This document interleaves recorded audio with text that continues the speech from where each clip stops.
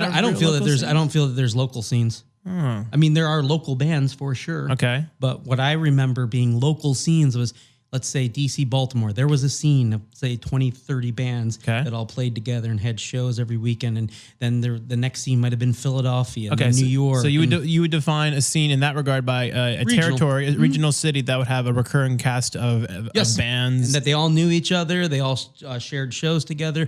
It was almost like then there was a family, but there was drama. Some sort of camaraderie, perhaps. For sure. Why does it not exist today? What do you think? Because I think because of the internet. Okay. Yeah. I mean, at the time, you would need to establish yourself in a local scene and build up your presence there and then get word of mouth going and then say, okay, I'm drawing 300 kids in Baltimore.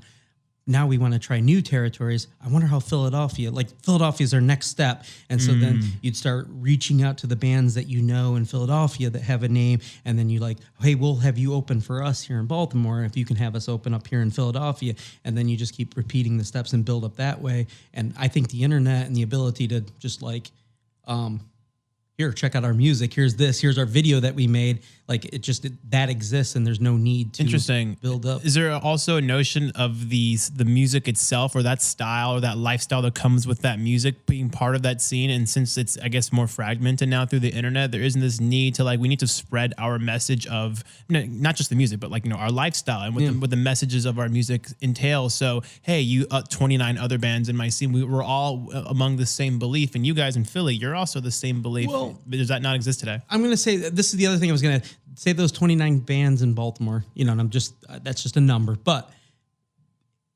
it's so much easier now in the past 10 years or however long to communicate with people all over the country, with labels, with anyone, and make tours, nationwide tours. So these bands that you see out now touring, even ones that get signed to labels, I think many of them have skipped the whole local band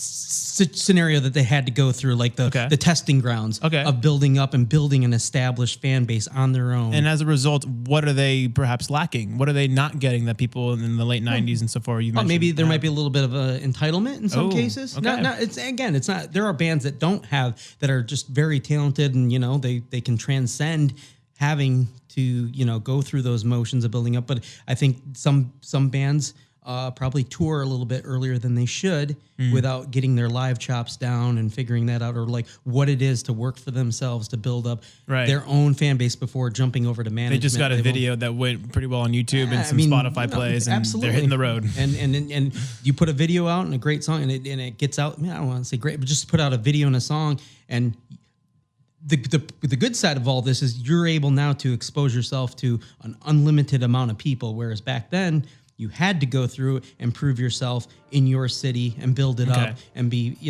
taken seriously that way based on the people that you could draw in your own region. Gotcha.